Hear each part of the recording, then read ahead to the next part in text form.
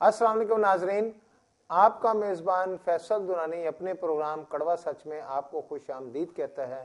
ناظرین، آج ہم بات کریں گے ڈسٹرکٹ ہیڈ کوارٹر ہسپتال جیلم کے حوالے سے کہ ہم نے بے شمار صحت کے ان شعبوں کی بات کی ہے جن میں بے قاعدگیاں ہیں، بدعنوانیاں ہیں، اور آج ہم شروع کریں گے ڈسٹرکٹ ہیڈ کوارٹر ہسپتال جیلم سے۔ اس کے بعد آپ کو یہ بھی بتائیں گے کہ اس وقت لاہور میں کون کون سے پروفیسر ایسے ہیں جو 25-30 سال سے لاہور میں ہی بطور میڈیکل آفیسر بھرتی ہوئے، اور اس کے بعد ان کی جوں جوں ترقی ہوتی چلی گئی، انہوں نے لاہور کے ساتھ اس طرح چمٹے رہے اور لاہور کو نہیں چھوڑا، کسی جگہ پر نہیں گئے، اور آج وہ پروفیسر بھی ہیں اگر 15 سالوں سے، تو وہ لاہور کے ساتھ چمٹے میں ہیں۔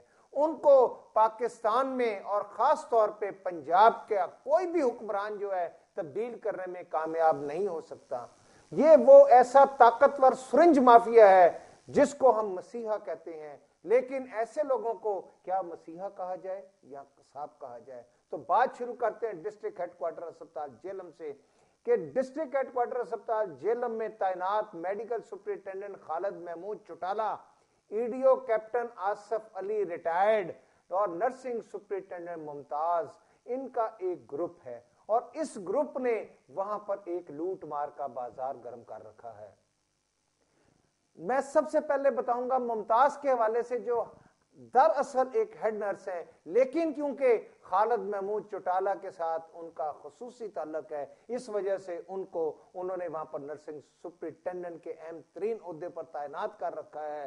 بتایا گیا ہے کہ ان کے ہسبینڈ کیونکہ محکمہ پولیس میں سابق اہلکار تھے اور ان کا جیلم میں کافی اثر و رسوخ ہے، جس کی وجہ سے ایک دو دفعہ خالد محمود چوٹالہ کے حوالے سے بے شمار شکایات آئیں، اور جس میں خالد محمود چوٹالہ صاحب کے بارے میں بتایا بھی گیا کہ یہ مختلف بے قاعدگیوں میں ملوث ہیں، لیکن کیونکہ پولیس والے بڑے طاقتور ہوتے ہیں ان کو بچا لیا گیا۔ اور اسی طریقے سے آصف علی صاحب جو کہ وہاں پر ایڈیو تعینات ہیں، ان کے بارے میں یہ کہا جاتا ہے کہ ڈسٹرکٹ جیلم کا کوئی بھی بیسک ہیلتھ یونٹ ہو یا رورل ہیلتھ سینٹر ہو، وہاں پر تعینات عملہ ان کی مرضی کے بغیر جو ہے تعینات نہیں ہو سکتا، اور وہاں پر تعینات ہونے کے لیے اور وہاں سے غیر حاضر ہونے کے لیے باقاعدہ طور پر جو منتھلی ہے وہ ایڈیو آصف علی صاحب تک جاتی ہے۔ اور یہی نہیں بلکہ وہاں پر بتایا گیا کہ ڈسٹرکٹ ہیڈ کوارٹر ہاسپٹل میں 3 گائناکولوجسٹ ہیں، ایک سویرا بخاری اور ایک ازکا انور، ان دونوں کو چھٹی پر بھیجا ہوا ہے۔ کون ہے ان سے پوچھنے والا؟ اور یہ بھی الزام لگایا جا رہا ہے کہ وہاں پر ان لوگوں کی حاضریاں لگ رہی ہیں۔ ڈسٹرکٹ جیلم کے تمام بیسک ہیلتھ یونٹ اور رورل ہیلتھ سینٹر جو ہیں وہ بدحالی کا شکار ہیں، جہاں پر دوائیاں نہ ہونے کے برابر ہیں۔ لیڈی ہیلتھ وزٹرز اور ڈاکٹر کبھی کبھار آتے ہیں مگر حاضریاں لگتی ہیں، اس لیے حاضریاں لگتی ہیں کہ ایڈیو ہیلتھ جیلم آصف صاحب کی آشیرواد حاصل ہے۔ کیا آصف صاحب یہ بتانا پسند فرمائیں گے جیلم کی عوام کو، یا وہاں کے ایم پی اے نے، ایم این اے نے جو وہاں سے مفت ادویات منگواتے ہیں، کبھی پوچھا کہ آصف صاحب، چوٹالہ صاحب، کیا عوام کو صحت کی سہولتیں دستیاب ہیں جہاں پر نہ دوائی ملتی ہے نہ ڈاکٹر ہیں، اور اندھیر نگری چوپٹ راج ہے؟ شفقت نامی ایک کلرک کو خالد چوٹالہ نے اپنا کار خاص بنا رکھا ہے، جو کہ وہاں پر ایمرجنسی سے دوائیاں چوری کرتا ہوا بھی 2 دفعہ پکڑا گیا، لیکن اس کے خلاف کوئی کاروائی نہیں ہوئی۔ اور یہ لوٹ مار کا بازار صرف اس لیے گرم ہے کہ وہاں پر کوئی ایسا ڈاکٹر نہیں ہے جس نے پرائیویٹ کلینک نہیں کھول رکھا۔ تمام کے تمام ڈاکٹر جو ہیں ان کی اکثریت جو اس ہسپتال میں ان کے پرائیویٹ کلینک ہیں، جو کہ ہسپتال میں آنے والے ہر مریض کو اپنے کلینک کی طرف بھیج دیتے ہیں۔ کیا ایڈیو ہیلتھ نے کبھی وزٹ کیا ہے کہ صرف جیلم شہر میں، صرف جیلم شہر کی میں بات کر رہا ہوں، وہاں پر 400 سے زیادہ، ایک چھوٹا سا شہر ہے، 400 سے زیادہ کلینک کھلے ہوئے ہیں، اور وہ 400 سے زیادہ کلینک جو ہیں ان میں نہ صرف جو اوریجنل ڈاکٹر ہیں وہ اپنی پریکٹس کر رہے ہیں، بلکہ وہاں پر 2 نمبر ڈاکٹر بھی، ڈسپینسر بھی پریکٹس کر رہے ہیں، اور ان لوگوں کی باقاعدہ جو حاصل ہونے والی کمائی ہے اس کا حصہ بقدر جسا ایڈیو صاحب کے دفتر میں جاتا ہے، اور ان کے اخراجات بھی اسی کے ذریعے۔ اور اس ناظرین ہمارے ساتھ جیلم سے گلزرین صاحب لائن پر ہیں، یہ وہاں پر پیشنٹ ویلفیئر سوسائٹی کے صدر ہیں۔ گلزرین صاحب السلام علیکم جی۔ وعلیکم السلام فیصل صاحب۔ اچھا گلزرین صاحب یہ بتائیے گا، آپ یہاں پر پیشنٹ ویلفیئر سوسائٹی کے پریزیڈنٹ بھی ہیں، اس کے بعد آپ کونسلر بھی ہیں، آپ یہ بتائیے گا کہ یہاں پر کیا حالات ہیں، ایمرجنسی کے کیا حالات ہیں، اور جو ڈاکٹرز نے پرائیویٹ کلینک کھول رکھے ہیں ان کی کیا صورتحال ہے؟ اور ایمرجنسی کے حالات ایسے ہیں کہ جیسے سبزی منڈی ہوتی ہے نا، ایسے حالات ہیں ایمرجنسی کے۔ جی جی۔ اور آپریشن تھیٹر کو بھی آپ منڈی سے مشابہت دے سکتے ہیں۔ اچھا جی جی، وہ ایم ایس صاحب ہیں ادھر، کیا نام ہے ان کا، چوٹالہ صاحب، ڈاکٹر خالد چوٹالہ صاحب۔ جی خالد چوٹالہ صاحب ایم ایس ہیں۔ جی جی۔ ڈی ایم ایس صاحب ہیں شاید بیگ صاحب۔ جی جی۔ تو یہ لوگ دونوں کرپشن کے منبع ہیں۔ جی جی۔ آج سے نہیں، جب یہ ہاؤس جاب کرتے ہیں اس وقت سے کرپشن کے منبع ہیں یہ لوگ۔ اچھا یہ بتائیے گا کہ یہاں پر کن کن ڈاکٹروں نے پرائیویٹ کلینک کھول رکھے ہیں؟ یہاں پہ جتنے بھی ڈاکٹر ہیں نا ان کے سب کے باہر پرائیویٹ کلینک ہے۔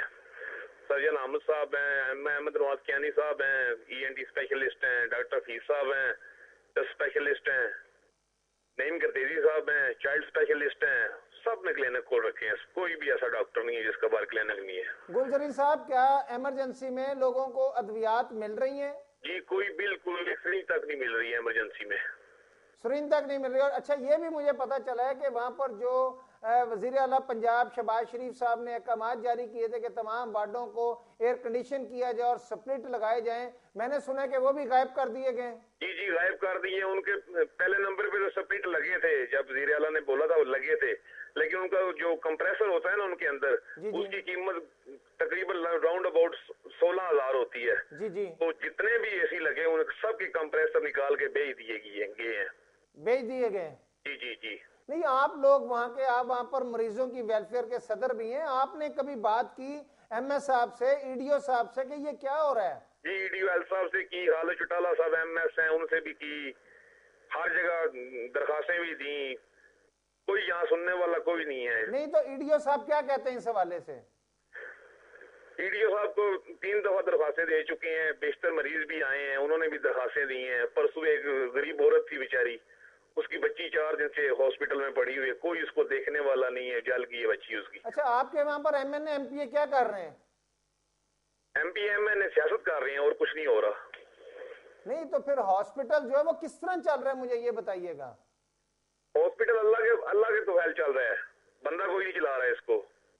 اچھا گلزرین صاحب یہ بتائیے گا کہ وہاں پر مجھے پتا چلا ہے کہ وارڈ جو ہیں ان میں سے بیشتر وارڈ جو ہیں ان کے بیڈ ٹوٹے ہوئے ہیں، ایون کہ وہاں پر جو خاص طور پہ مریضوں کی جان بچانے کے لیے جو ہائیڈروجن ہوتی ہے وہ وہاں پر نہیں ہے، آکسیجن وہاں پر نہیں ہے، اس کے بعد پائپ سارے ٹوٹے ہوئے ہیں اور گندگی جو ہے بے تحاشا ہے۔ کیوں؟ پر آکسیجن تو یہاں پہ جو لینی ہے کھلی فضا میں ہی آگے لینی ہے کسی پیشنٹ میں۔ اچھا کھلی فضا میں لینی ہے؟ نہیں ہسپتال میں تو بہت ہونی چاہیے آکسیجن کے آپ کے پاس۔